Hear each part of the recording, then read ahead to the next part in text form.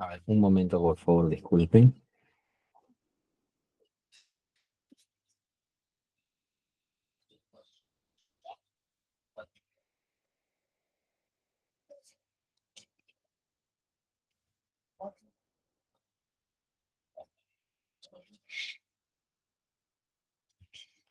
Ya, ahora sí vamos a compartir.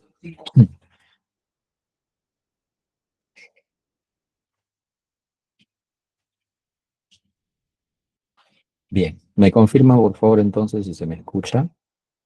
Sí, sí se escucha y sí se visualiza. Conforme. Bien, muy buenas noches con todos. Bienvenidos a la cuarta sesión del módulo correspondiente a, como ya lo han indicado, salud ocupacional y prevención de enfermedades.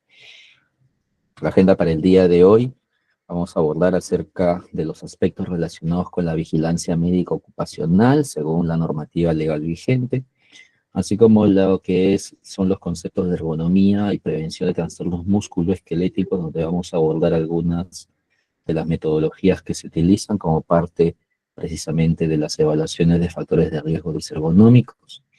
Vamos a abordar también la metodología COPSOP-ISTAS 21, que aborda los aspectos relacionados a la salud mental en el trabajo, como lo que son, por ejemplo, estrés, burnout y otros factores psicosociales. Por último, algunos ejemplos de programas de promoción de la salud y bienestar en el trabajo. Muy bien, creo que la mayoría de repente hemos escuchado en nuestros centros de labores, dependiendo de la magnitud de la organización donde trabajemos, acerca de planes de vigilancia médica ocupacional, o por ahí, si tienen, si es aplicable, cuentan con un médico ocupacional que se encarga de hacer seguimiento, a veces de repente los llaman al tópico, ¿no? O si no tienen una médico ocupacional que está de forma, digamos, permanente, de repente acude ciertos días, entonces en esos días les hace acompañamiento, les hace consulta, les brinda asesoría, entre otras cosas, ¿no? Pero todo eso se regula bajo un marco normativo legal, el cual está especificado en la Resolución Ministerial 312 del año 2011, en la cual establece el protocolo de exámenes médicos ocupacionales y guías de diagnóstico de los exámenes médicos por actividad. El objetivo es establecer un procedimiento para vigilar la salud de los trabajadores, ¿no? Que nos permite identificar y controlar todos aquellos riesgos ocupacionales que ya hemos hablado, son los agentes físicos, químicos, biológicos, desergonómicos, psicosociales. ¿Para qué? Para brindar información probatoria. En la parte de la salud ocupacional es importante el tema de la información probatoria. No podemos hablar en base a supuestos. Se tiene que aquí abordar aspectos muy técnicos, evidencia documentada, ¿no? Y técnicas ya por parte de lo que es la medicina del trabajo para poder adoptar medidas en base a evidencias. ¿Cuáles son aquellos factores de riesgo para la salud de los trabajadores? Pues bien, están entre ellos las sustancias químicas, los factores físicos, biológicos, ergonómicos, mecánicos, los que son asociados con la energía, así como por ejemplo los que son asociados con la conducción de vehículos y los factores de riesgo psicosociales. Cada uno de ellos, el médico establece la técnica más apropiada para obtener la información relevante que le permita precisamente obtener información de la salud de cada trabajador. Ahora, algunos conceptos relacionados con el daño a la salud de los trabajadores, como ya lo hemos hablado en las sesiones anteriores, tiene que ver, por ejemplo, de dos formas, con lo que es ocasionado por los accidentes de trabajo, aquel que dice que se produce durante la ejecución de órdenes del empleador o durante la ejecución de una labor bajo su autoridad, aún fuera del lugar y horas de trabajo. Y las enfermedades relacionadas con el trabajo, que son un grupo muy amplio de enfermedades, que pueden, si bien pueden ser causados, dice, única y exclusivamente por un agente de riesgo propio del medio ambiente de trabajo, o pueden verse desencadenadas, agravadas o aceleradas por factores de riesgo presentes en el medio ambiente. Es decir, no solamente un trabajo puede ser causa directa o causa básica de una enfermedad, sino que puede haber alguna condición clínica en las personas que las actividades que se realicen durante el trabajo digamos, coadyuven a que se agrave la situación de la salud del trabajador. Entonces, todas estas cuestiones tienen que ser abordadas clínicamente para poder tomar decisiones. Yo, personalmente, les digo desde el inicio, no soy un profesional de la salud, así que únicamente me voy a limitar a enunciar y dar cierta orientación sobre lo que la normativa establece, pero no les voy a hablar acerca de técnicas de medición o evaluaciones desde un punto de vista médico, porque básicamente no soy médico, ¿ok? Enfermedades relacionadas al trabajo, dice, se puede detectar tempranamente en su estado prepatogénico, cuya duración puede variar. En esta etapa corresponde al periodo en el cual ocurre la exposición a los agentes causantes de la agresión. Y se puede evaluar cuantitativamente a través de indicadores biológicos de exposición y de evaluaciones ambientales. Aquí ya hablamos y ya estamos introduciendo el concepto de lo que es el nombre del presente curso, lo que es la higiene industrial.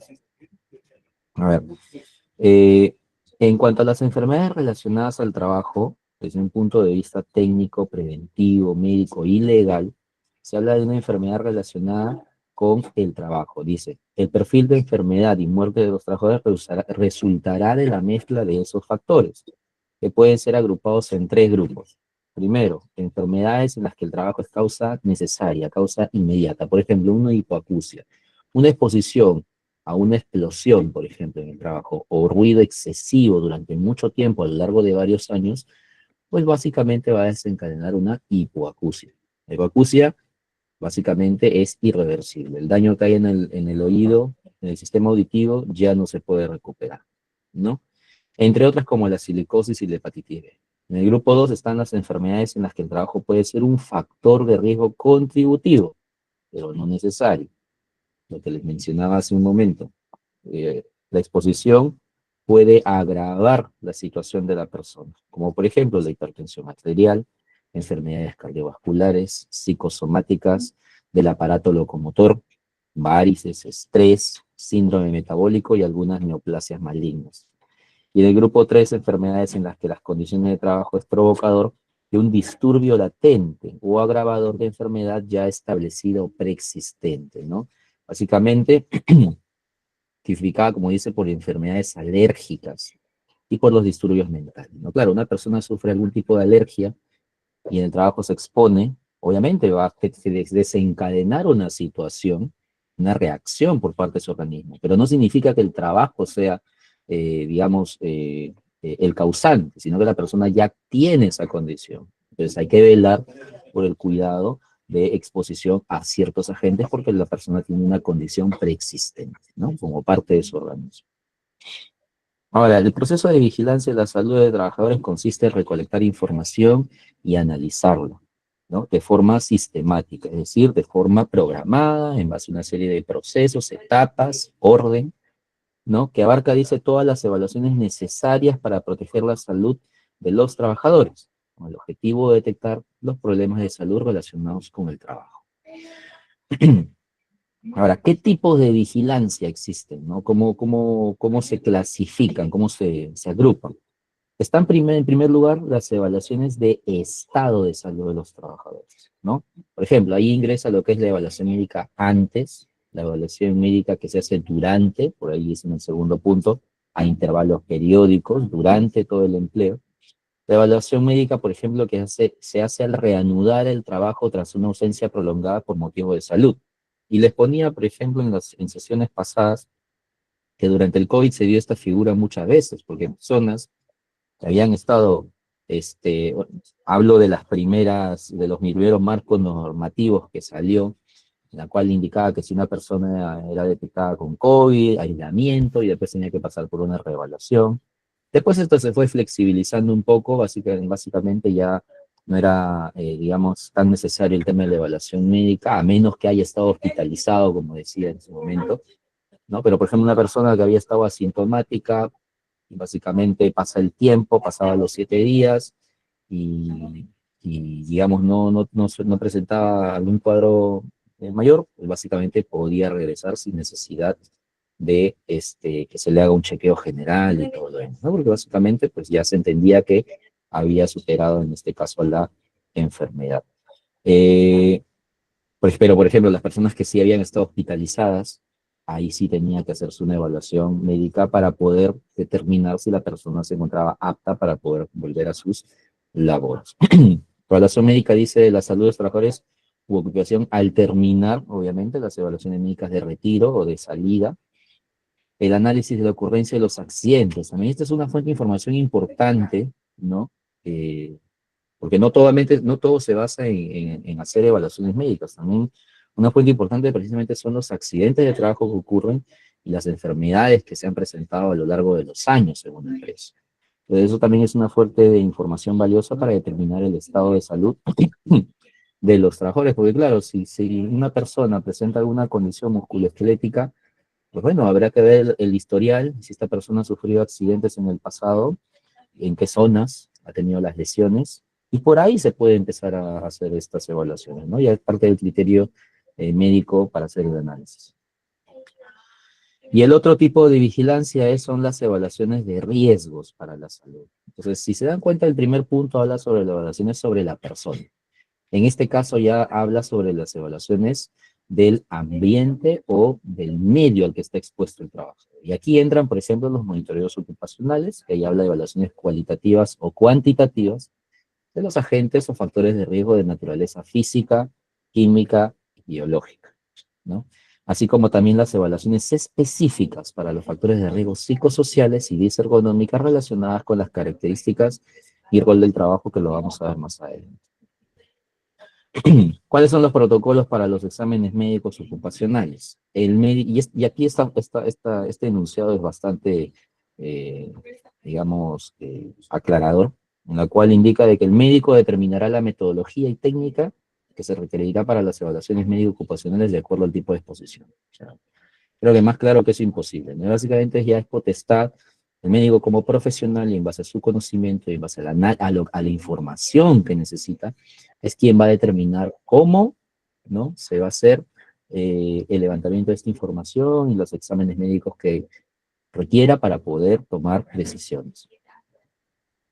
Clases de evaluaciones médico-ocupacionales. Está la preocupacional, que lo habíamos mencionado hace un momento, que es una evaluación del estado de salud. Es la evaluación que se realiza antes de que ingrese la persona a laborar.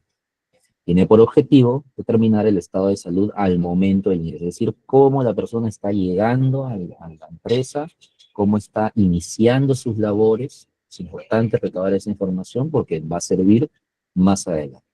Después está el examen periódico, que sirve para monitorear ya la exposición a todos estos factores de riesgo que confluyen en el ambiente de trabajo e identificar de forma precoz, dice, posibles alteraciones temporales. Una persona que en su ambiente de trabajo está expuesto a mucho ruido, pues ok, las pruebas de audiometría pues servirán para ir monitoreando si digamos su salud auditiva se está viendo deteriorada o si los controles que actualmente se están utilizando son los apropiados para mantener su sistema auditivo de forma saludable, ¿no? Entonces ahí, para eso también sirven, digamos, las evaluaciones tipo periódicas. La periodicidad de la evaluación, dice, será determinada por la médico ocupacional y se realizará de acuerdo con el tipo, magnitud y frecuencia de exposición a cada factor de riesgo, ¿no? Así como el estado de salud del trabajador, por lo menos una vez al año.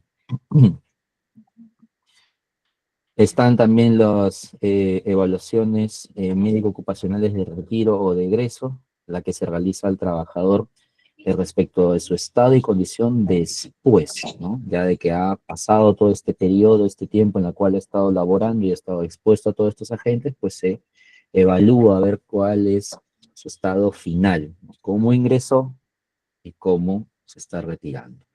Obviamente que hay ciertos factores que pues determinarán de que la situación no sea exactamente la misma. Básicamente el tema de la edad, una persona que se la ha pasado los 40 años trabajando para la misma organización, pues por parte biológica y ¿no? de los organismos, pues obviamente el nivel de repente de salud no va a ser exactamente igual a cuando era un joven, ¿no? Entonces obviamente ahí ya el médico tiene que evaluar y determinar si la persona pues está retirándose con un nivel de salud pues aceptable.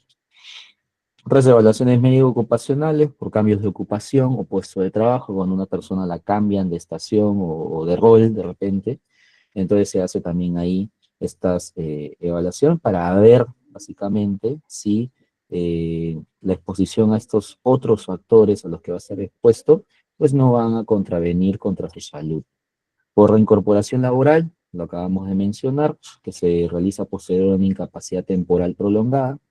Por contratos temporales de corta duración, aquí básicamente dice que el Servicio de Salud Ocupacional puede solicitar, perdón, que actualmente atiende al trabajador, puede solicitar una copia de los exámenes médicos ocupacionales previa autorización del trabajador.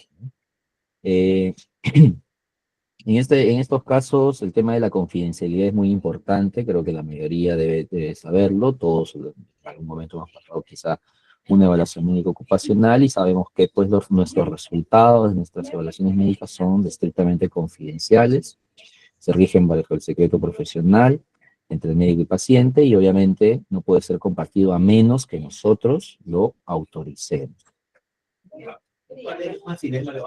Ahora, hay unos exámenes complementarios y algunos procedimientos que sirven de ayuda para pues, diagnosticar, ¿no? Ciertos patrones o ciertos indicadores en la salud de las personas. Y aquí podemos observar algunos de ellos, algunos exámenes complementarios generales, ¿no? Y entre otros que podemos también ver, por ejemplo, la audiometría, la espirometría, la valoración musculoesquelética, las radiografías, ¿no? Pero todo esto va a depender de la exposición. No quiere decir que todos vamos a pasar por esto, ¿no? Por ejemplo, en lo personal, yo que mi trabajo ha estado ligado principalmente a partes de oficina, como jefaturas y parte administrativa, por ejemplo, una evaluación por espirometría, estando aquí en una ciudad que es básicamente en el llano, pues los médicos ocupacionales que han trabajado en las empresas donde he estado, pues nunca han considerado que yo haya sido necesario que se me haga una evaluación. Entonces, sin embargo, para otras personas, ¿no? En las cuales la condición física requiere otro tipo de esfuerzos, bueno, ahí ya la evaluación, la consideración clínica es diferente. Entonces ya va a depender, como lo decía hace rato, ¿no? La diapositiva anterior, es el médico quien determina las técnicas y la metodología a aplicar para cada una de las evaluaciones médico-ocupacionales. Exámenes toxicológicos también, pruebas basadas, por ejemplo, en orina, análisis de sangre, análisis de aire expirado, ¿no? Para detectar cualquier tipo ahí de anomalías como parte de la vigilancia médica. Y otros exámenes y procedimientos relacionados a riesgo de exposición se indicarán a criterio del médico ocupacional. Luego de haber hecho todo este establecimiento de metodología, perdón, luego de haber hecho, de haber establecido toda la metodología, técnicas, pruebas, consideraciones, evaluaciones personales, etcétera, etcétera, lo que se necesita o la conclusión a la que se llega después de todas estas evaluaciones es determinar una aptitud médica, ¿no? El médico va a determinar la aptitud del trabajador en las evaluaciones ocupacionales y se van a catalogar en tres. Si el trabajador está apto, apto con restricciones o no apto. Una persona que está en la categoría de apto es un trabajador sano o que tiene algunos hallazgos clínicos, pero que básicamente no generan ningún tipo de pérdida de capacidad laboral. Aquí lo que se establece es si la persona es apta para el trabajo, ¿ok? No necesariamente si la persona está completamente sana, sino es solamente si para el puesto al que está postulando, su condición de salud la hace apta para poder desarrollar las tareas. Entonces, eso es lo que se refiere. Apto con restricciones indica que a pesar de que tiene algunas patologías o condiciones prepatológicas, el trabajador o la trabajadora puede desarrollar la labor habitual teniendo ciertas precauciones, ¿no? Por ejemplo, a algunas personas se le pide, por ejemplo, que usen sus lentes correctores, ¿no? Algunos indican evitar desarrollar trabajos que impliquen distinción de colores, ¿no? Otros que indican utilizar protectores de ruido cuando se expone a ruidos elevados, ¿no? Porque de repente tienen una condición auditiva. Entonces, esas restricciones son las que quedan ahí claro en el certificado médico que se le entrega a cada trabajador y que obviamente se le tiene que informar y adoptar las medidas necesarias para que se cumpla. Y Por último, no apto cuando un trabajador que tiene patologías, lesiones o secuelas de enfermedades o accidentes y que obviamente le genera limitaciones orgánicas, por lo cual se le hace imposible ejecutar la labor para la cual está siendo evaluado, ¿no? Entonces, esas son las tres categorías bajo las cuales se establece la aptitud frente al trabajo. Ahora, hablábamos hace rato de un tema de frecuencia. Bueno, hay información estadística que durante la vigilancia médica los servicios de salud ocupacional van llevando para ir monitoreando, ¿no? Cómo se va moviendo, digamos, estos indicadores, ¿no? Porque no todo queda en evaluaciones médicas, sino también estamos hablando de que es un grupo de personas, empresas grandes que manejan 100, 200, 300, más de 500 trabajadores. Obviamente hay que establecer una forma en cómo decir, ok, todas las personas o esta población de personas que trabajan en esta empresa, estas son sus indicadores. Así como existen las estadísticas de seguridad, ¿no? Como cuando está relacionado con el índice de gravedad, de accidentabilidad, de ausentismo, aquí también tenemos esos indicadores. Por ejemplo, algunos de ellos son la tasa de incidencia de accidentes, la tasa de prevalencia o incidencia de enfermedades, el índice de frecuencia de estados prepatológicos, el índice de frecuencia de accidentes y el índice de gravedad de accidentes, y ahí están las fórmulas que se utilizan para llevar estos reportes. Y hablando de reportes, pues básicamente todo este trabajo que realiza el Servicio de Salud Ocupacional de una organización tiene que realizar un informe con estos resultados, con estas conclusiones, que van a servir como parte básicamente de la mejora continua en la implementación de medidas de prevención y en el programa de actividades preventivas en salud ocupacional. Pues claro, para eso sirve la información. Como les dije hace rato, sirve para tomar medidas. Entonces, con todos esos hallazgos, se van a armar programas de vigilancia ya de manera individualizada o, digamos, agrupada para que se pueda hacer acciones específicas en pos de promover y de prevenir cualquier tipo de agravamiento de la salud de las personas, ¿no? Ahora, como parte de algún procedimiento administrativo, el Servicio de Salud tiene que remitir, dice, un informe anual, ¿no? Puede ser de forma virtual, según disponga el Ministerio, de los resultados obtenidos de esta vigilancia de la salud y que lo tienen que presentar ante la autoridad en salud de su jurisdicción, ¿no? El famosísimo informe que se le emite a DIGESA, ¿no? Entonces ahí se presentan las conclusiones, los resultados, los indicadores, todos los datos a modo general, obviamente, para poder informar a la autoridad sanitaria sobre precisamente la vigilancia de la salud de los trabajadores.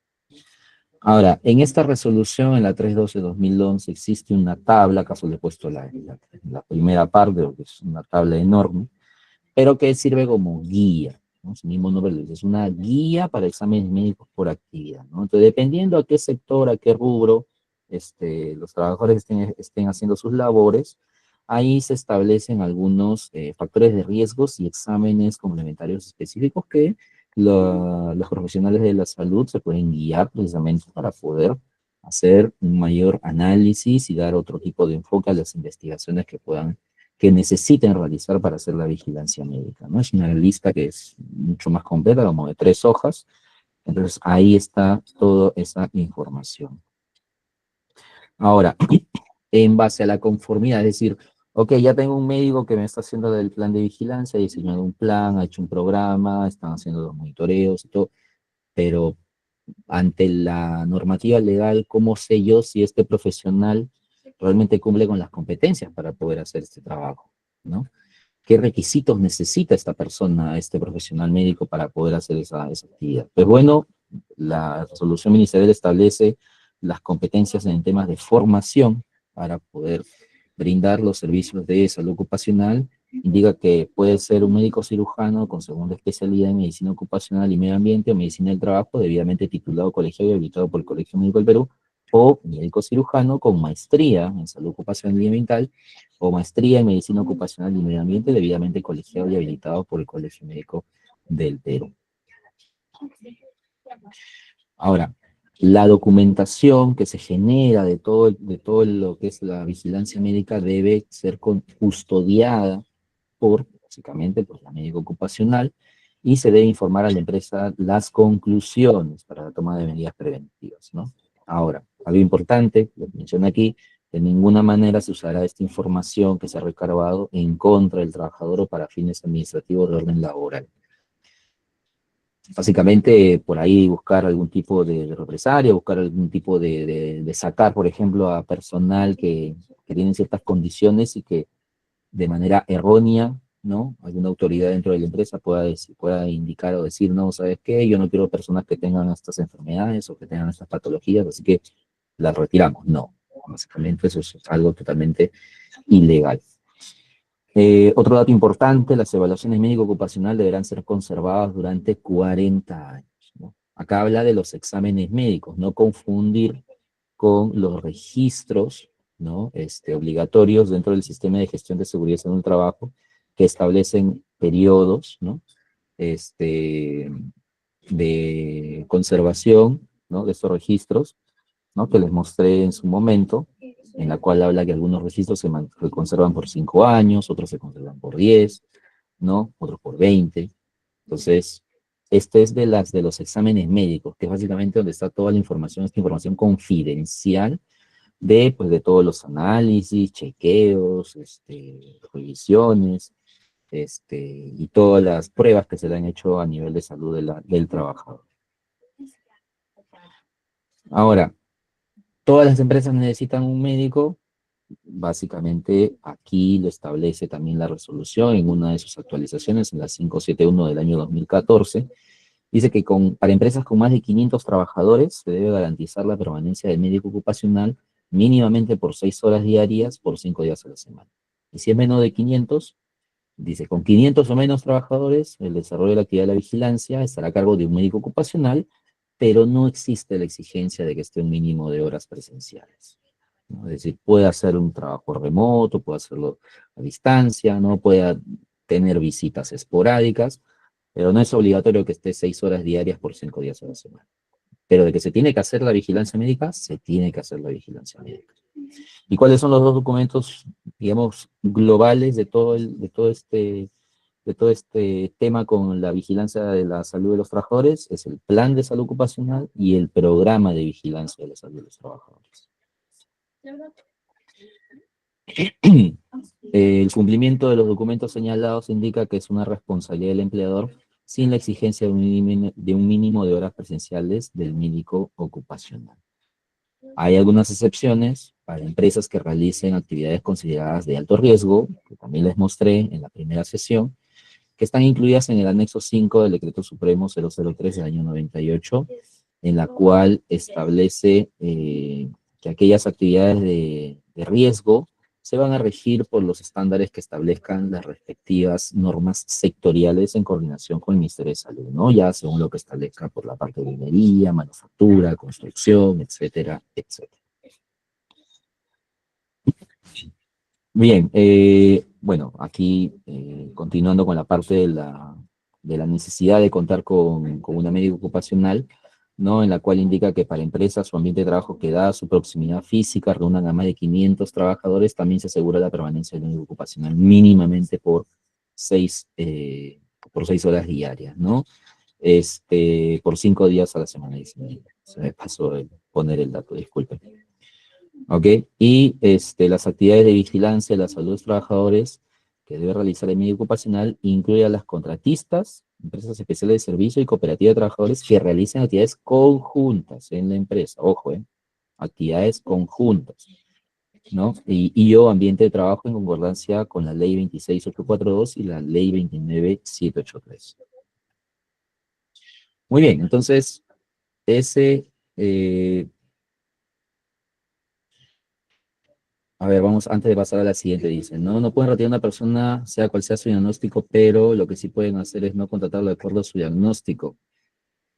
Eh, digamos, el sentido de la norma es, si tienes una persona que tiene alguna condición, es básicamente adaptarla al puesto para precisamente prevenir, ¿no? Por ejemplo, ¿no? Como indicaba hace rato con el ejemplo del tema de las alergias, una persona que sufre una alergia a algo, ¿no? Se tienen que adoptar las medidas precisamente para evitar que esté expuesto al agente químico que desencadene su alergia, ¿no?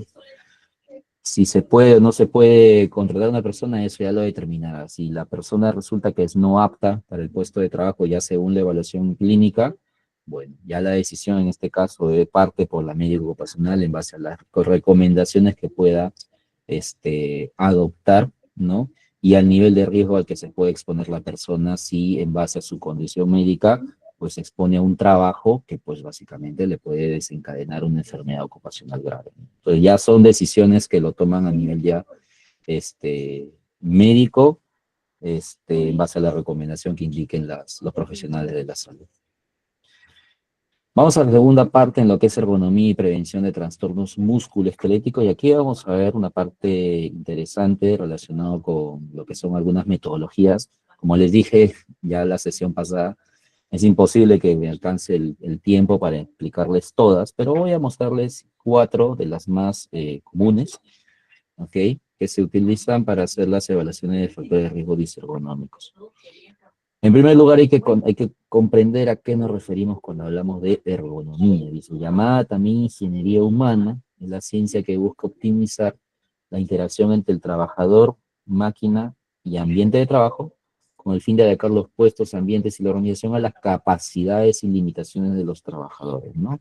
Para minimizar el estrés, la fatiga y con ello incrementar el rendimiento y la seguridad del trabajador, ¿no? Entonces, básicamente es buscar un equilibrio, ¿no? Entre las capacidades físicas, mentales de la persona, que está incluido sus habilidades, sus destrezas, con el medio ambiente de trabajo, ¿no? Porque una persona que básicamente está en un puesto de trabajo y no se logra adaptar de manera física y mental, pues va a generar ciertos niveles de estrés, cansancio, fatiga mental, que lo va a ir agotando poco a poco y eso pues puede generar una exposición al peligro, ¿no? Entonces la ergonomía precisamente trata de solucionar esta brecha o de acortar esta brecha entre lo que es las capacidades humanas y las necesidades o los requisitos para el trabajo, a fin de que ambos puedan trabajar de forma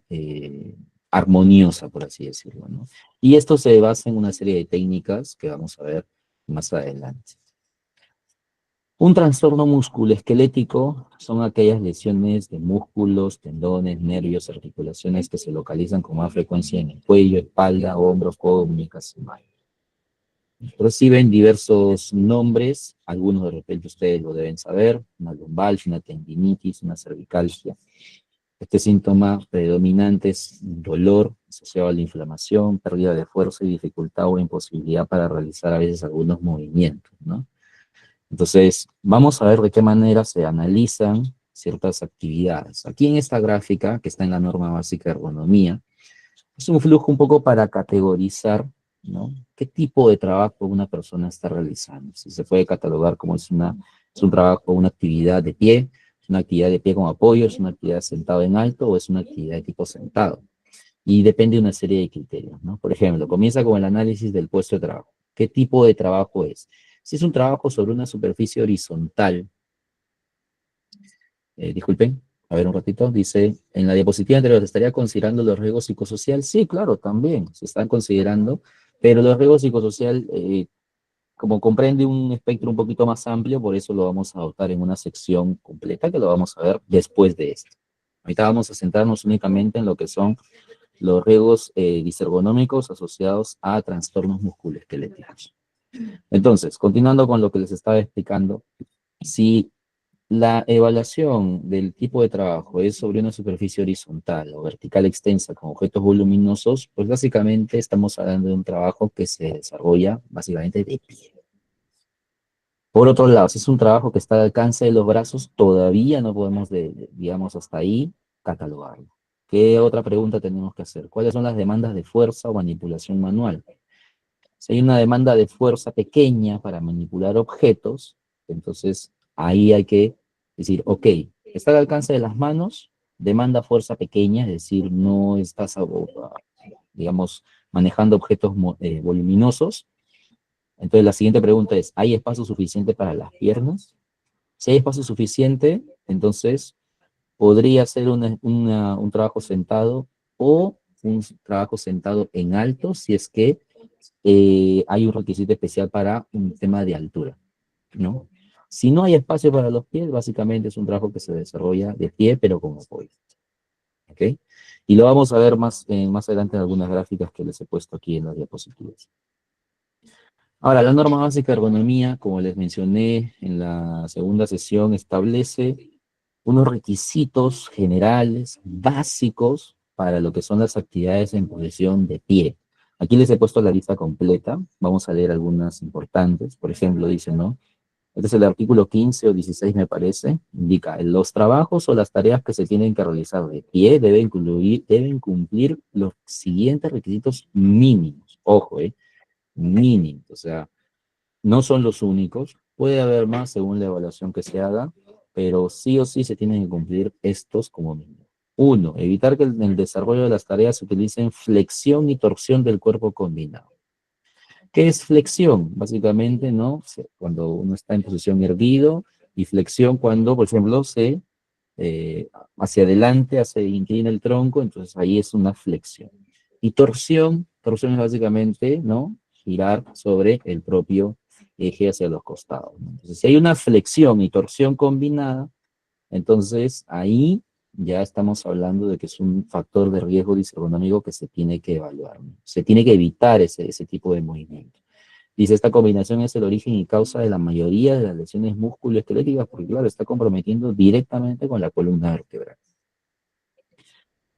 El plano de trabajo debe tener la altura, características de la superficie de trabajo compatible con el tipo de actividad que se realiza, diferenciando entre trabajo de precisión, trabajo de fuerza moderada o trabajo de fuerzas demandantes. Pues claro, ¿no? Imagínate que tienes que cargar cajas de 20 kilos, de 15 kilos, pero están en una altura muy elevada y desde ahí tienes que cargarlo.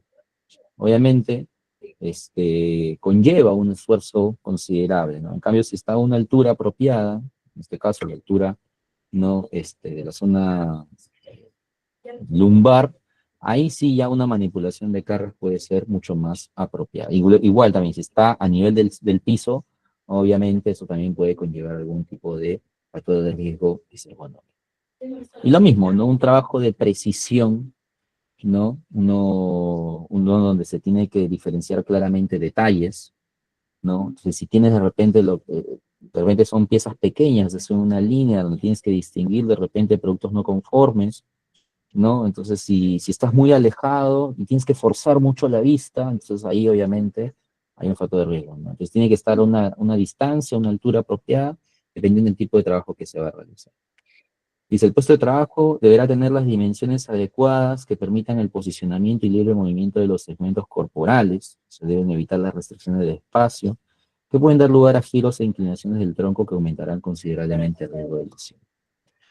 Las tareas de manipulación manual de carga, dice, se han de realizar preferentemente encima de superficies estables, de forma que no sea fácil perder el equilibrio. Claro, estás nuevamente en una actividad de almacén, en un despacho, y están cargando un vehículo, pero están en un piso que de repente que está sucio, está lleno de grasa, entonces no hay estabilidad y una persona tiene que, aparte de manipular la carga, tiene que también velar, en este caso hacer un esfuerzo a nivel de las extremidades inferiores para mantener el equilibrio y no resbalar. Entonces ahí hay otro factor de riesgo, ¿no? Las tareas, dice, no se deberán realizar por encima de los hombros ni por debajo de las rodillas. Creo que eso es bastante claro, ¿no? Justo el ejemplo que les ponía al inicio, ¿no? Los comandos manuales deberán ofrecer buenas condiciones de seguridad, manipulación y agarre. Permitirán además evitar errores en su interpretación con una buena visualización y fácil operación. Y esto es algo, por ejemplo, que muchas veces se pasa en algunas industrias por alto, ¿no? El tema de que a veces se traen máquinas, obviamente importadas, en su mayoría, de última generación, pero están en inglés o están en otro idioma. Básicamente, algunos trabajadores se aprenden qué hace cada botón porque le explicaron o con prueba y error empezaron ahí a investigar, pero siempre es importante hacer el esfuerzo en poner rótulos, si es que la máquina no lo tiene, pero una máquina sí tiene, en inglés y al costado también aparece en español o entre paréntesis, ¿no?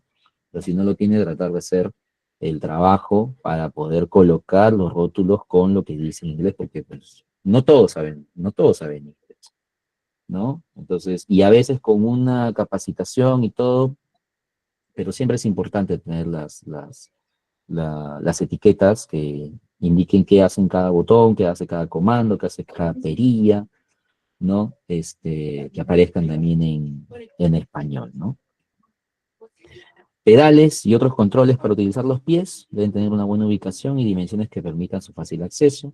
El calzado dice de constituir un soporte adecuado para los pies, ser estable, suela no deslizante, proporcionar una protección adecuada del pie contra la caída de objetos. Ya ahora, últimamente en el mercado de los equipos de protección personal, como el tema de las botas, he visto muchísima innovación en ese sentido, ¿no? Ya hay muchos modelos en el mercado, ¿no? Y muchos ofrecen este tema de suela antideslizante, con protección a hidrocarburos, dieléctricos, ¿no? Con punta reforzada, ¿no? Incluso también ya se está incluyendo un factor adicional que es la comodidad, ¿no? Las botas de seguridad de antes, pesadas, incómodas, rígidas, robustas, que uno terminaba con ampollas, ¿no? Pero ahora ya hay en el mercado ya opciones incluso más cómodas, ya que con un diseño, como se dice, más ergonómico, que precisamente ofrecen esa comodidad para los trabajadores que tienen que estar durante toda su jornada de repente de pie, yendo de aquí para allá, a diferencia, por ejemplo, de una persona que trabaja en posición sentada, ¿no? Entonces, obviamente, eso también es un factor que puede promover, ¿no? La comodidad en beneficio de los trabajadores.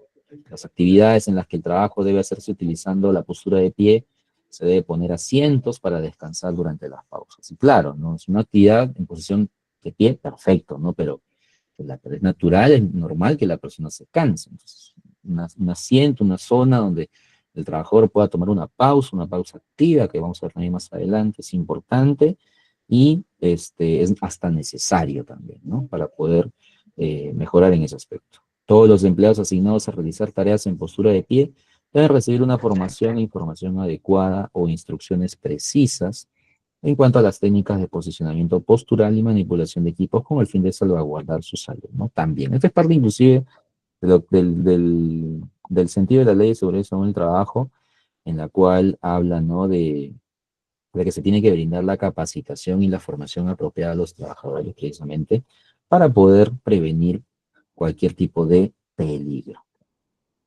Y así como tenemos requisitos para los trabajos en posición de pie, también existen requisitos para los trabajos en posición sentada y ustedes pueden también observar esta lista.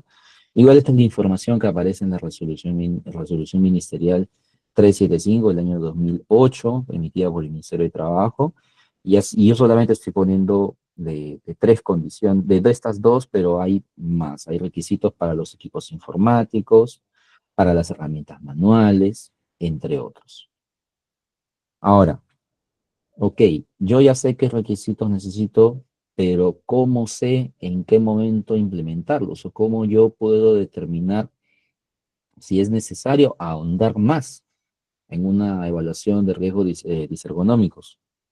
La misma norma básica de ergonomía establece ciertos factores de riesgo que en caso de identificarlos, entonces hay que ahondar con estudios más a profundidad. Ahí vienen ya las evaluaciones ergonómicas para poder determinar, ¿no? El nivel de riesgo. Y aquí, por ejemplo, tenemos una lista, esta tabla, en la cual dice si hay un tema de posturas incómodas o forzadas, es porque aparece alguna de estas variables. Se trabaja con las manos por encima de la cabeza, codos por encima del hombro, espalda inclinada hacia adelante, tetillas de rodillas, más de 2 horas, por ejemplo, digamos, de tiempo efectivo por día. Hay un tema de levantamiento de cargas, ¿no? Si se levanta una vez por día cargas mayores a 40 kilos, o de 25 kilogramos más de 12 veces por hora, ¿no? O de 5 kilos más de 2 veces por minuto también.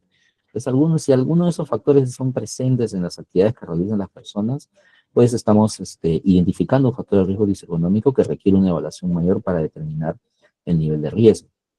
Aquí tenemos otros factores como por ejemplo el esfuerzo de manos y muñecas, movimientos repetitivos con alta frecuencia, impacto repetido y también los temas de vibración brazo-mano de moderada a alta que ya hemos visto en la sesión pasada.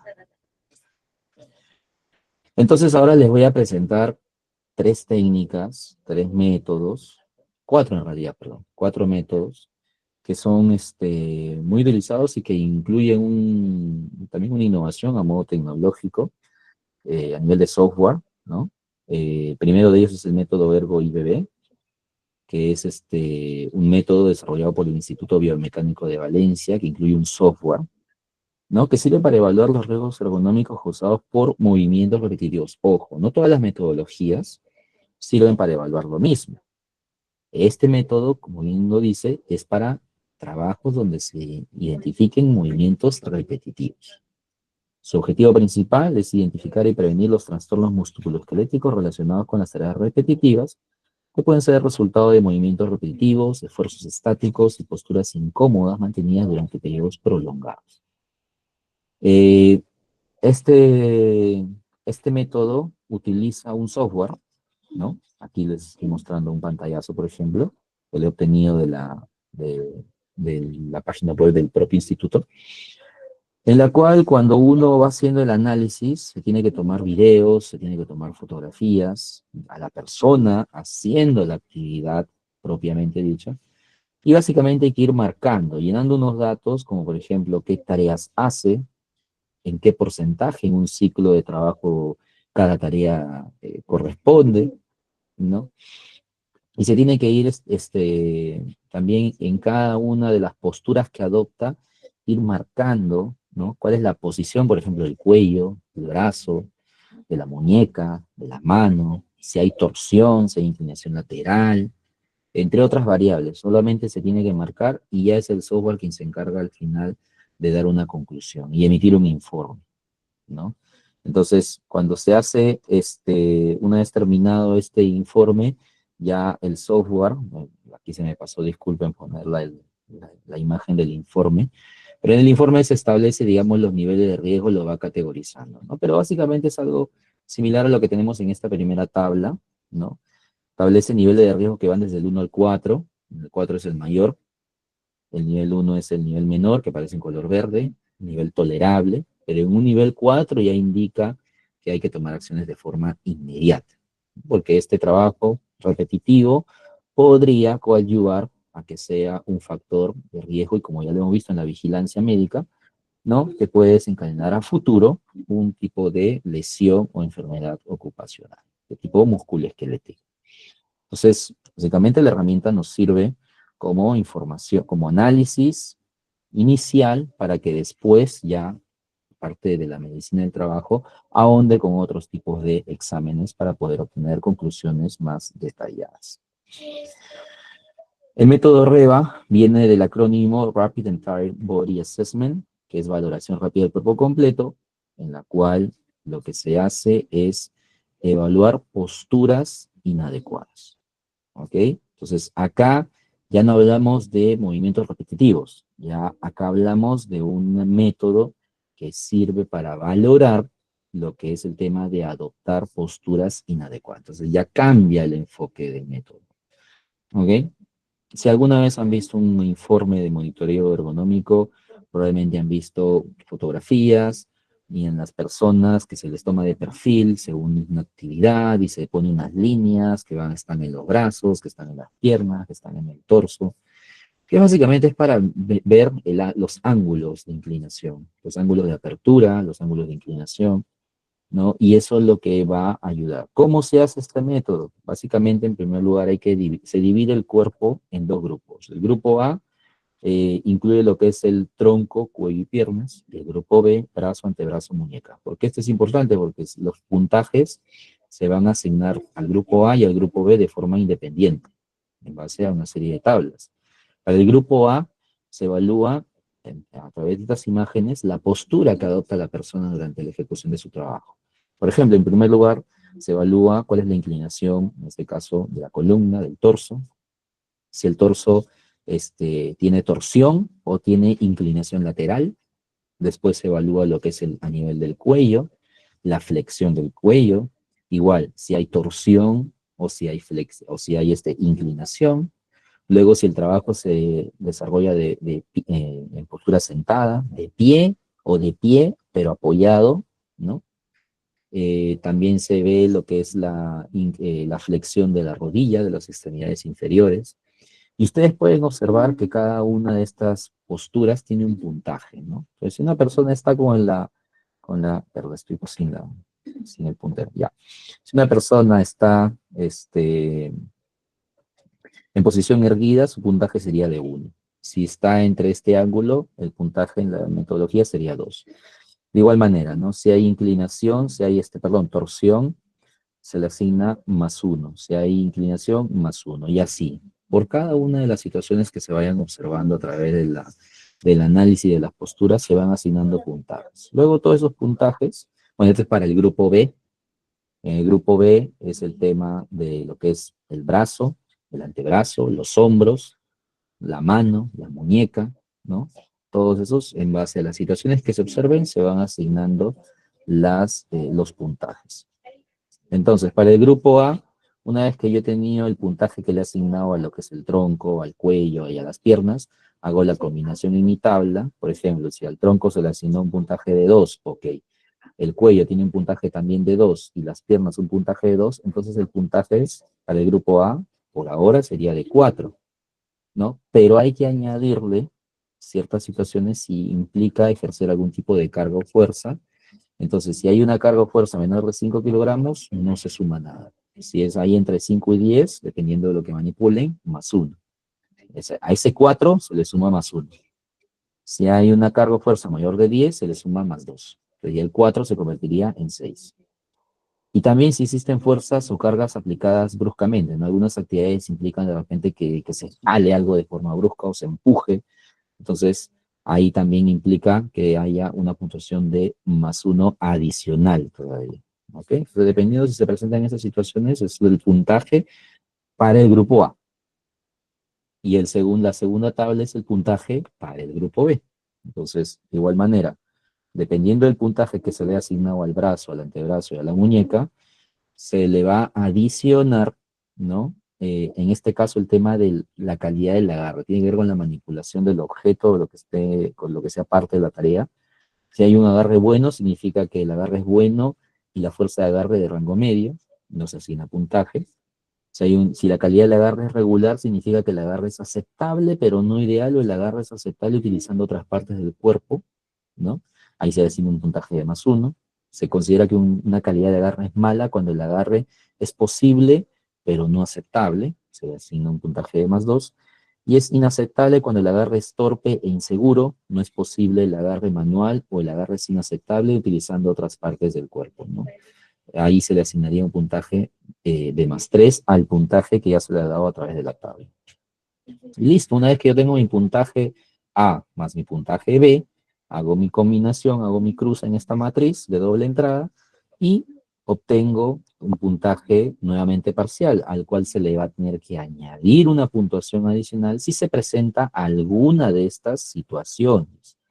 Si se presenta de que la tarea implica que una o más partes del cuerpo permanecen estáticas, por ejemplo, soportadas durante más de un minuto, se le añade una puntuación de +1. Si se producen movimientos repetitivos, más de 4 veces por minuto, excluyendo obviamente el caminar, porque es un movimiento repetitivo de piernas, pero es una acción natural, entonces también se le asigna un puntaje de +1. O si se producen cambios de postura importantes o se adoptan posturas inestables, también se asigna un puntaje de +1 al puntaje que ya se haya obtenido. Entonces, luego de toda esa sumatoria, dependiendo del puntaje de la puntuación final, es donde se establece el nivel de riesgo y qué tan necesaria es la actuación, ¿no? Aquí, aquí en esta metodología, el nivel va desde el 0 hasta el 4, en la cual el 4 es un nivel de riesgo muy alto y es necesaria la actuación de inmediato, ¿no? Se tiene que ir a la estación de trabajo, analizar el rol que realiza la persona y tratar de hacer las modificaciones que sean posibles para reducir ese nivel de riesgo. Y el método RULA es muy parecido al método REVA, ¿ok? Solamente que el método Rula se enfoca más que nada en las extremidades superiores, básicamente brazos y manos, ¿ok? También es una evaluación postural, ¿no? Es muy similar. También se usan tablas muy parecidas al método REVA, pero nuevamente se centra en lo que es extremidades superiores. Entonces, la conclusión que se obtiene es más que nada para extremidades superiores. Entonces, el método REVA es un método que se puede utilizar para evaluar posturas en trabajos que requieren utilizar todo el cuerpo.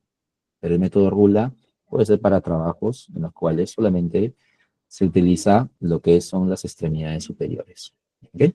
Pero la evaluación es idéntica, la metodología es idéntica a través de tablas, la inclinación del cuello, del torso, la abertura de las manos, de los hombros, de la muñeca, pero se centra básicamente en las extremidades superiores. Y el método OWASP, ¿no? Es un método, vamos a decir, similar al Rula o Reva, ¿ok? Pero que no se centra en tan exacto en cuántos grados se inclina el torso, sino que es una, es una evaluación no tan precisa de repente, pero que también se basa en lo que son, digamos, posturas que adopta la persona.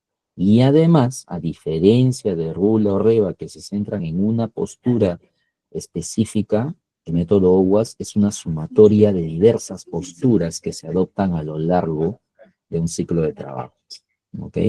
Entonces, es un método un poco más completo, no tan exacto en cuanto a grado, como lo menciona ahí, ¿no? También se asignan puntajes, como ustedes pueden observar, ¿ok?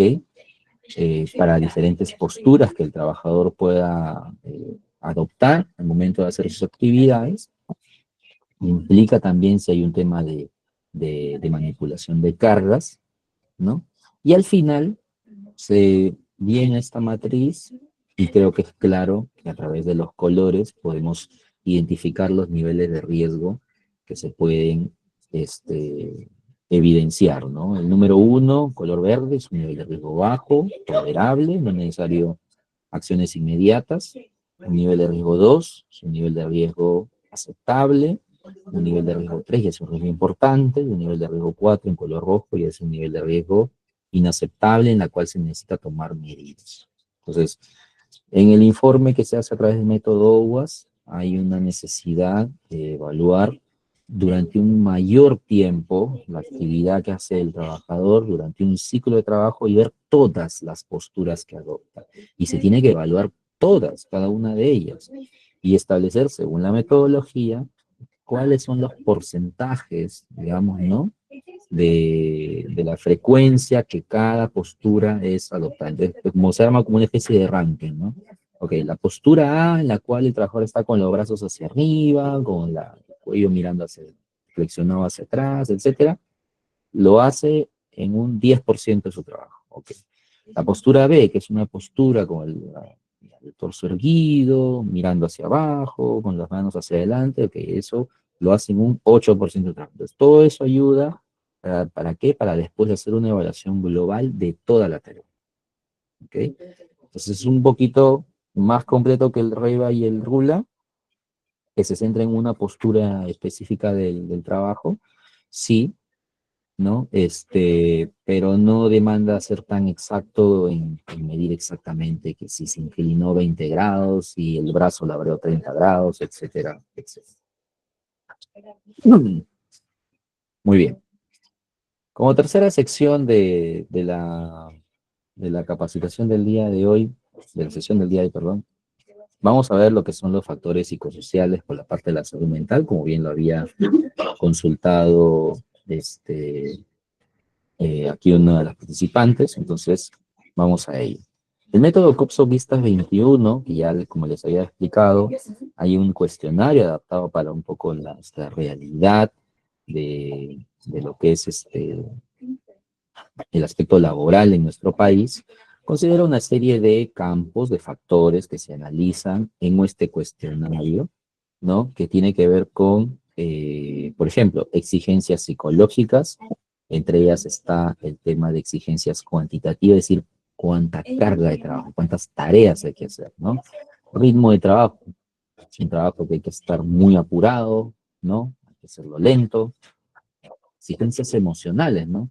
Si hay necesidad, si hay una necesidad, por ejemplo, de administrar nuestras emociones para no ser parte, esto más que nada se desarrolla con puestos que tienen que ver, por ejemplo, en lo que es la parte hospitalaria, ¿no? Por ejemplo, médicos, doctores, enfermeras, ¿no? Que se exponen a personas, por ejemplo, que padecen una enfermedad, entonces hay una carga emocional fuerte en ese aspecto. Exigencia de esconder emociones, básicamente tiene que ver con temas de atención al cliente, por ejemplo, ¿no? En la cual clientes, bueno, no saben, ¿no? En la parte de atención al cliente, clientes pueden venir molestos, ofuscados, clientes que son irrespetuosos, ¿no? Entonces, hay un tema en el cual hay que controlarse, porque claro, uno tiene que saber administrar sus emociones, pero eso también genera ciertos factores de exigencias psicológicas para el trabajo. Conflicto trabajo-familia, la doble presencia, si el trabajo interfiere con actividades, digamos, familiares, por ejemplo, puede ver con el tema de trabajar constantemente horas extras, quedarse hasta tarde en el trabajo, horarios muy prolongados, ¿no? Y que obviamente ya restan el tiempo de calidad que la persona puede pasar con su familia, ¿no? O básicamente tiempo también para sí mismo. Control sobre el trabajo, lo que es la influencia, posibilidades de desarrollo, sentido del trabajo, lo que es la parte del apoyo social y calidad de liderazgo, apoyo social de los compañeros, cuánto apoyo hay entre este grupo de personas que trabajan, por ejemplo, en una misma área, ¿no? Y efectivamente, ante cualquier problema o cualquier necesidad de ayuda de algún compañero, como los demás, efectivamente, le pueden brindar orientación o orientar, claro, orientación sobre cómo poder resolver cualquier tipo de problema o reto que se pueda presentar, ¿no? Así como también por la parte de los superiores, calidad de liderazgo, ¿no? El sentimiento de pertenencia a un grupo, ¿no? Si a una persona de repente lo aíslan, también eso genera cargas mentales importantes, la claridad del rol y conflicto de rol. En cuanto a las compensaciones, inseguridad sobre el empleo, ¿no? Básicamente tiene que ver con los pensamientos a futuro, la estabilidad del empleo, ¿no? Temas, por ejemplo, de renovaciones o periodos de repente en la que ya se va a acabar un contrato, ¿no? Cómo la empresa administra o gestiona todos eso, si ha establecido las cosas claras desde un inicio para no generar este tipo de inseguridades sobre los empleados, inseguridad sobre las condiciones del trabajo, ¿no? De repente, por ahí, cambios de horario, de repente cambiaron algunas condiciones relacionadas con las tareas que realizabas, ¿no? También eso genera cargas mentales. Reconocimiento, básicamente, ¿no? El tema de cuando una persona realiza un buen trabajo, cuáles son los mecanismos que la empresa tiene para reconocer a los trabajadores. Hay personas que, en mi experiencia les puedo comentar, personas de mucha edad que han estado trabajando en una empresa y que no se sentían del todo reconocidas y bueno, básicamente iban por cumplir, ¿no? Y ya está, porque ya hasta incluso estaban ya como que resignados, ¿no? De que no, la empresa acá nunca ha hecho nada, nunca nos reconoce, cuando hacemos bien las cosas. Ah, pero cuando nos equivocamos, ahí sí están ahí, son los primeros en hacértelo saber. Cosas, ese tipo de comentarios ya denotan precisamente una falta de reconocimiento de parte de la cultura organizacional y que influye precisamente en lo que es el tema de la salud y satisfacción para con el trabajo, ¿no?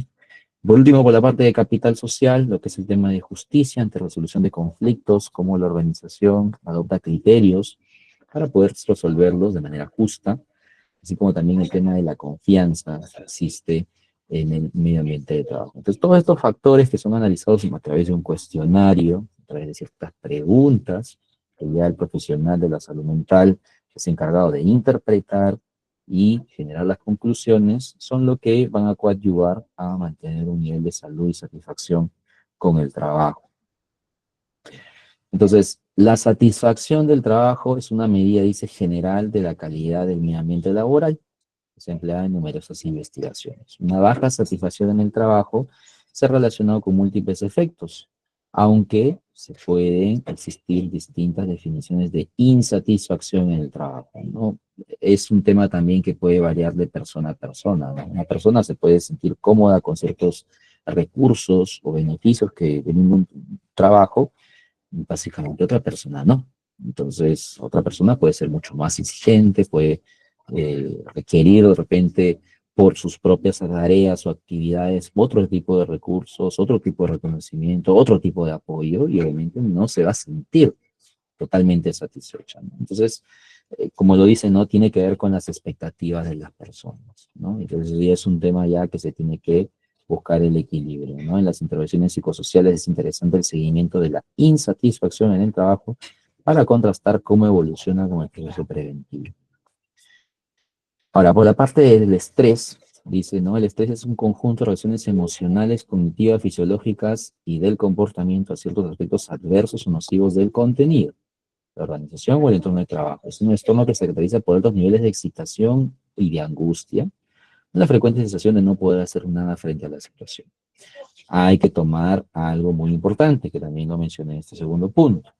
El tema del estrés, si bien es una desventaja, como lo dice en esta parte final, dice, no constituye un indicador negativo de por sí. Es decir, que una persona sienta estrés en una situación normal, producto de la naturaleza del trabajo, como bien lo dice, es una reacción natural del organismo, ¿no?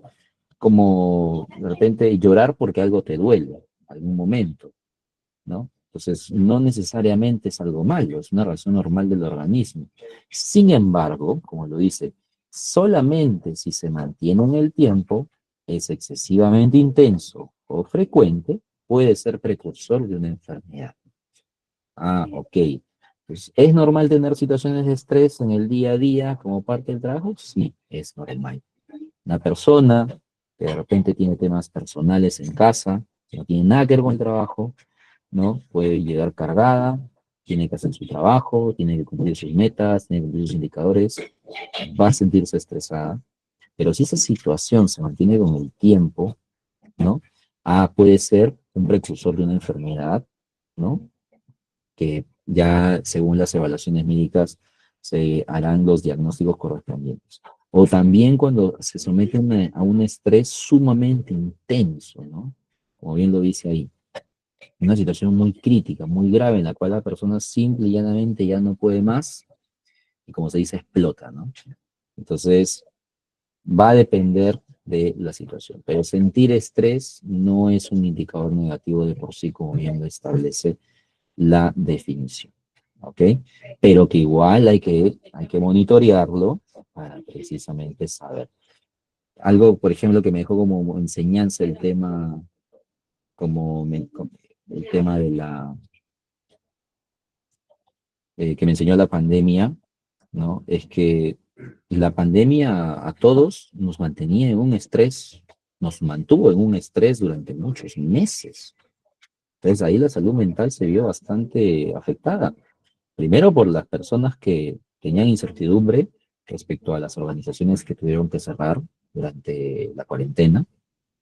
Segundo, por el tema de la incertidumbre, de las personas que básicamente se quedaron sin trabajo y que de conseguir trabajo durante la pandemia se volvió una tarea casi casi de supervivencia.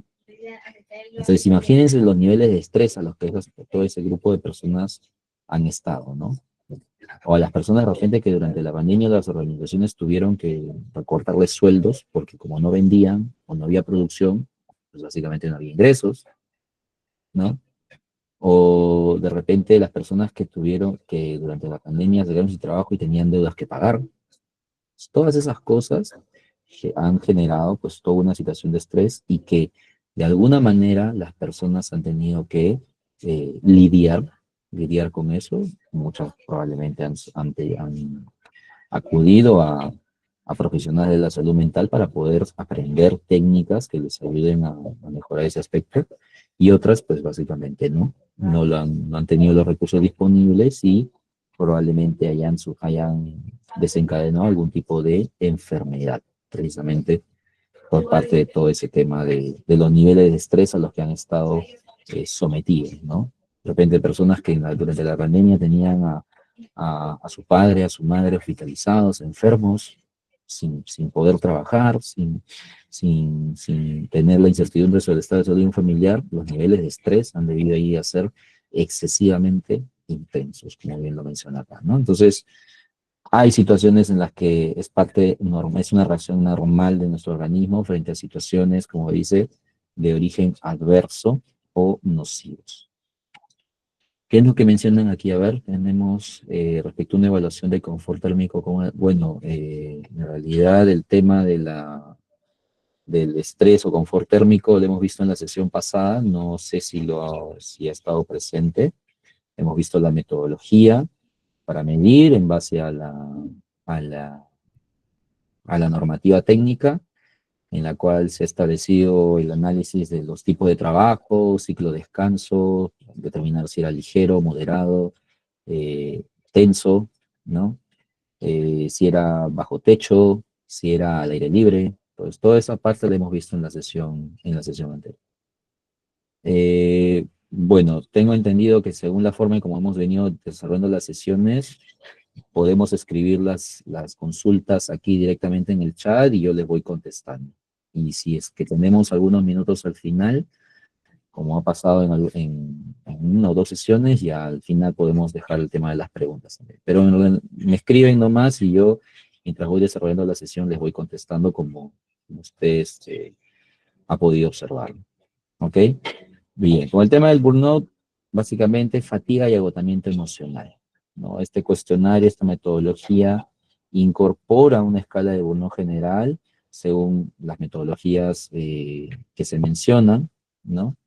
Entonces, el tema de la fatiga y el agotamiento emocional es parte también de una variable que en los últimos años ha tomado mayor relevancia y, ¿cómo se le dice? Exposición, ahí está, ¿no? Entre otros también, así como el tema del moving, el tema del acoso y todo lo demás. Probablemente durante mucho tiempo antes muchas personas lo hayan experimentado, pero no había, digamos, el marco normativo tan estricto o que lo haga más visible, ¿no? Y haga que las personas tomen más conciencia sobre ese tema, ¿no?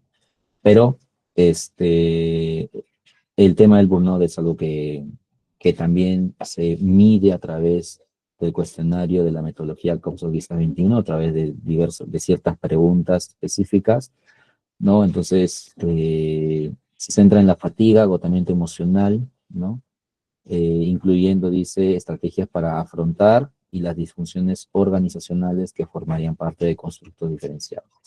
Entonces, estos variables que se consideran aquí en esta parte de lo que es la metodología, todo se basa en el cuestionario, ¿no? El cuestionario que primero tiene que ser adaptado, ¿no? El software con el que se utiliza el Vista 21 puede hacer algunas exclusiones según la población a la que se vaya a estudiar, ¿no? Una vez obtenidos los resultados, interpretar los resultados, porque no es algo en la que, como un equipo, como les dije, de medición, listo, me sale un resultado, ok, estás por encima, estás por abajo. No, depende del contexto, depende de la población, depende de muchas variables, y para eso ya el profesional de la salud es el especialista en poder determinar cuál es la situación real en base a los resultados obtenidos. Y yendo de la mano con ese tema, los programas de la promoción de la salud y bienestar en el trabajo, aquí tenemos algunos ejemplos que podemos abordar. Por ejemplo, está en primer lugar los programas de vigilancia médico ocupacional, ¿no? Como bien lo han mencionado, ahí incluyen, por ejemplo, las evaluaciones médicas periódicas, los monitoreos ocupacionales, el seguimiento de las enfermedades ocupacionales de forma individualizada por cada trabajador que pueda tener algún tipo de enfermedad que se le haya diagnosticado recientemente.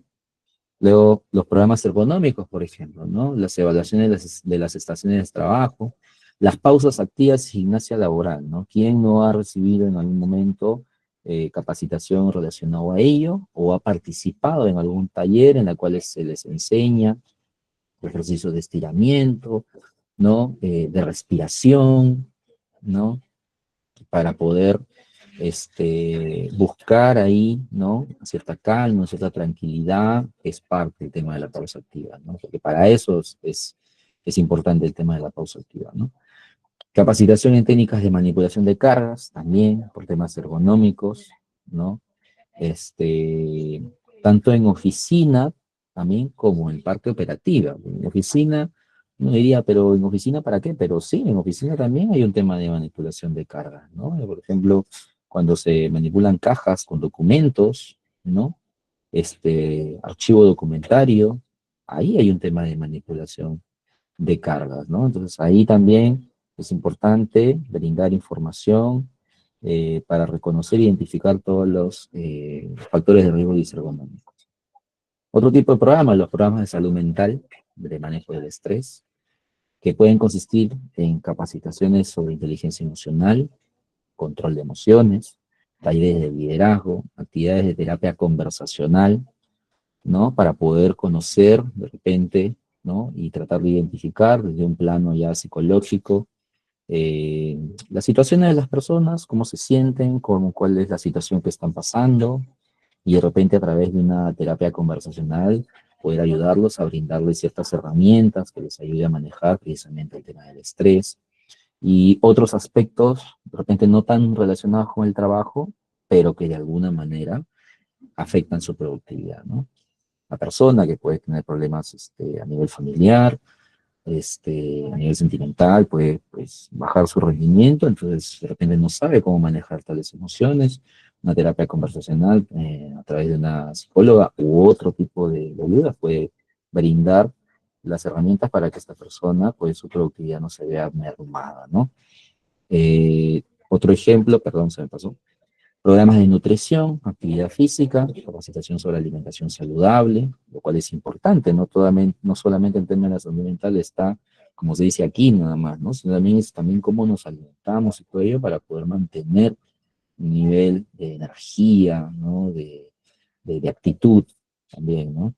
Menos balanceados, por ejemplo, en comedores, en empresas que tienen concesionarias, ¿no? Por ahí una nutricionista recomienda ciertos tipos de alimentos para personal de repente operativo o personal que requiere una carga mental importante, trabajos de concentración, de repente trabajos de temas de diseño, temas de laboratorios, ¿no? Entonces, ahí también hay un tema de intervención por la parte de la medicina para poder promover, ¿no? Un tema de salud.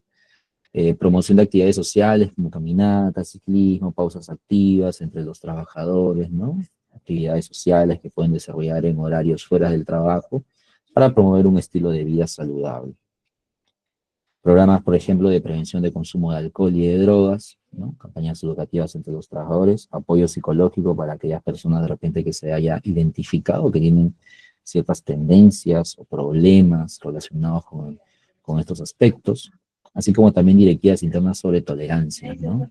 Justo el día de hoy tuve una visita en una planta, estuve en Huachipa brindando una consultoría y la verdad que después de mucho tiempo he vuelto a pasar por un control de alcoholemia de forma cualitativa. Me hicieron soplar sobre el alcoholímetro y naturalmente salió color verde. Pero me hizo bastante recordar este tema, ¿no?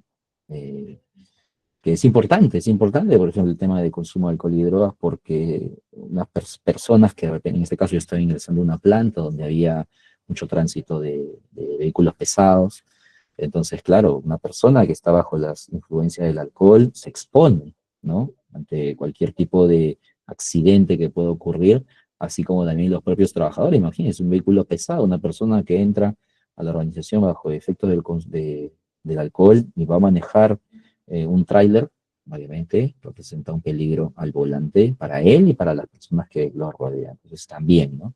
Establecer directivas internas firmes sobre este tipo de tolerancias también es parte de proteger primero la salud por un consumo excesivo de alcohol, pero también para prevenir cualquier tipo de incidente no deseado. Entonces, todos han sido algunos ejemplos que nosotros podemos ver, ¿no? Sobre lo que es vigilancia médica y temas de salud ocupacional. Como les dije desde el inicio, no soy el profesional médico, carrera de ingeniería, pero les he dado el marco bajo el cual se rige, bajo el cual se rige la normativa legal para implementar todas estas acciones relacionadas con la vigilancia médica ocupacional. El control cualitativo de alcoholemia está a cargo de SOMO de Medicina Ocupacional. Buena pregunta. En mi caso, mi experiencia es un tema que lo hemos conversado, y yo le he coordinado entre la médica ocupacional y quien les habla con el cargo de SOMA, de jefe de SOMA que teníamos, a través del Comité de Seguridad y Salud en el Trabajo, ¿no? En la reunión del comité se da la propuesta de implementar las tolerancias, que obviamente era tolerancia cero, y con el acuerdo, en este caso, de la mayoría en el comité, se estableció las directivas internas. Entonces es un tema, digamos, que participaron tres partes: quien les habla con Jorge Soma, la doctora ocupacional y también el tema del Comité de Seguridad en el Trabajo. Así que, en mi experiencia, es un tema que yo siempre trato de compartir, en ese caso, las responsabilidades y las funciones. En el tema de, si hablamos de evaluaciones médicas, como lo como lo mencioné hace rato en la parte de las evaluaciones, el médico puede establecer evaluaciones toxicológicas, análisis de sangre, de orina, por un tema de consumo de drogas de repente. Entonces ya es un tema ya confidencial que el médico lo va a poder abordar. Pero como parte de SOMA, en su caso, yo trabajé en una empresa donde había temas de manejo de montacargas, izaje de cargas con puentes grúas de 10 toneladas. Pues obviamente a mí lo que me interesaba era que las personas, cuando vengan al trabajo, ninguna esté bajo los efectos del alcohol, porque obviamente eso representa un peligro en temas de accidentes con actividades de alto riesgo, como pueden comprender por la naturaleza de tales actividades. Entonces, es un trabajo compartido y que se va informando a las diferentes partes para promover también el tema de la consulta y participación según lo que establece la normativa vigente. ¿Ok? Entonces, eh, eso es todo por mi parte por el día de hoy. La próxima sesión va a ser la última de estas 5 sesiones, a las que hemos desarrollado a lo largo de las 3 semanas. Entiendo que va a haber un tema de un cuestionario también para las personas que estén interesadas en obtener el tema de la certificación, así que ya estaré ahí también preparándoles para poder ejecutarlo. Y espero que pues, ¿no?, les haya servido bastante el tema de todos estos conocimientos a modo general, y en algunos sí he tratado de ser bastante específico para que tengan las herramientas apropiadas para poder interpretar resultados, entre otras cosas, ¿no? Pero ya en la siguiente sesión, que vamos a ver la metodología CAN, entre otros, vamos a poder ver ya algunas técnicas para lo que es el tema de análisis de causas, entre otros. Ok, así que, bueno, toda mi información de contacto lo tiene el instituto, entiendo que ellos se los pueden compartir, así que ya se los pueden hacer llegar también para tener algún tipo de contacto, y si no, ya en la siguiente sesión también ya al final les puedo dar también esa información por algunas consultas que me deseen realizar. ¿Ok? Así que, estimada, se encuentra ahí. Eso sería también todo por mi parte. Bien, ingeniero, muchas gracias por la sesión de hoy. Sí, así es. La próxima sesión es el último módulo y también la evaluación final para que pueda obtener su certificación. El link de asistencia ha sido compartido de WhatsApp, al igual que la grabación va a ser compartida el día de mañana. Sí, y el PPT es acceso directo a la aula virtual. Muchas gracias, ingeniero. Nos vemos en la próxima sesión.